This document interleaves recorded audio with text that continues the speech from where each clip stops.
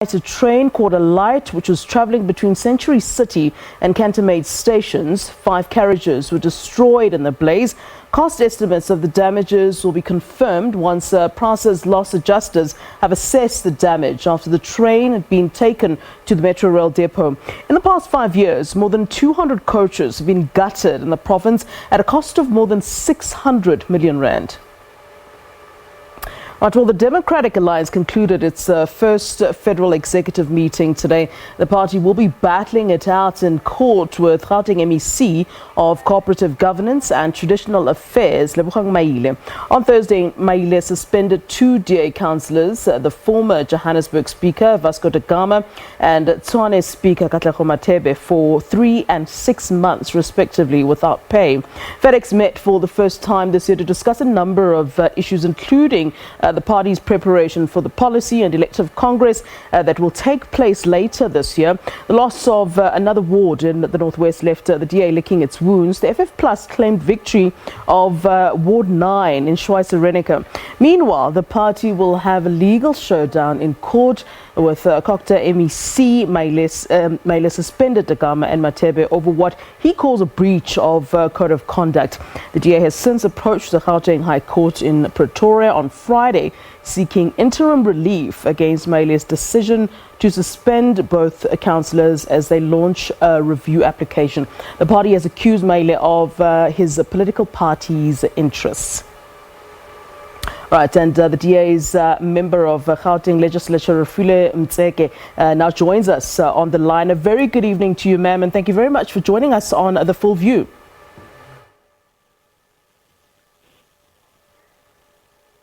Very good evening to you, Refiloe. Thank you for joining us on The Full View. Thank you. Good evening to you and good evening to the listeners. Now, as a start, of course, the DA concluded its first 2020 federal executive meeting today. Take us through, if you can, to share with us what came out really of the FedEx meeting. Look, I think federal meetings are a routine meeting that the leadership of the DA has outside of its federal Congress or federal council.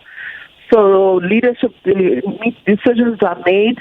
Obviously, one of the things that were heard was my report around the investigation around Refiloe, which was fully adopted, and there's recommendations that have been made and approved from there in terms of how we proceed on the matter. We're also looking at other issues like disciplinary issues as an organization. But generally, that's what the federal leadership of the party does. We meet and have meetings and look at decisions that need to be made for the organization. Usually the party holds a media or press briefing after, a FedEx meeting. Why did that not happen this time around? I know there's a side issue, but why was there no press briefing? I think the focus of this meeting was mainly a workshop more than the usual federal executive meeting. And also we finished quite late. We finished yesterday around 7.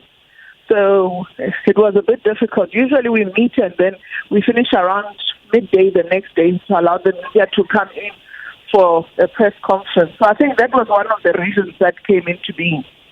How are things within the party? Would you say that the DA as a party is weaker or stronger than ever, especially, given the departure of the likes of Maimane and Mashaba? Look, when you have senior people leaving, the party takes a knock, but it's a good thing we had this particular workshop that we had, because we were able to introspect as an organization, look at what has happened over the past couple of elections, certain things that we have done, and how we move forward. And I think South Africans are going to see a much, much stronger DA after this particular meetings have taken place. But we've got our policy conference coming in April, and then the electoral Congress in May. So from all of those, we will be able to make better decisions. All right. Well, the loss of another ward to the FF Plus this time around in Refiloe, that must be a sore point for the DA. What is your reaction at this point? And I can imagine that, of course, this is something that you would have discussed at the FedEx meeting. What exactly is the DA saying about, losing wards to, and it seems to be the FF Plus, eh? Look, the reality, nobody enjoys losing. We lost the award but managed to retain a PR seat, so we still have some representation in that particular area.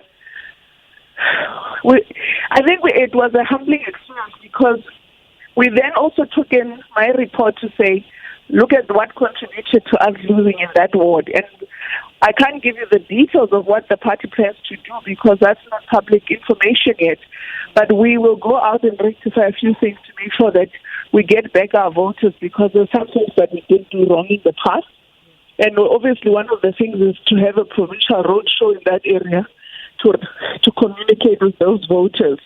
All right, well, you're going to be in, the DA will be in court this week. You're taking on Lebogang Maile of the ANC. Do you believe that the DA indeed has a strong case? I mean, one of the issues that you've raised is that you believe that he's acting in his party's best interest, which surely is what most would be doing in any case.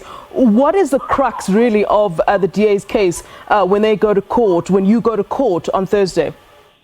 No, look, we believe that some of the legislation in terms of how Maile has proceeded has not been followed properly. Yeah. So we want that particular part reviewed to make sure that other legislations which we believe could have been considered are taken into consideration. It's a difficult one, but it has to go back to court. And should you lose? At the moment, we think Maile is really playing cheap politics instead of looking at the real matters around how you actually try and suspend or people from a council. Yeah.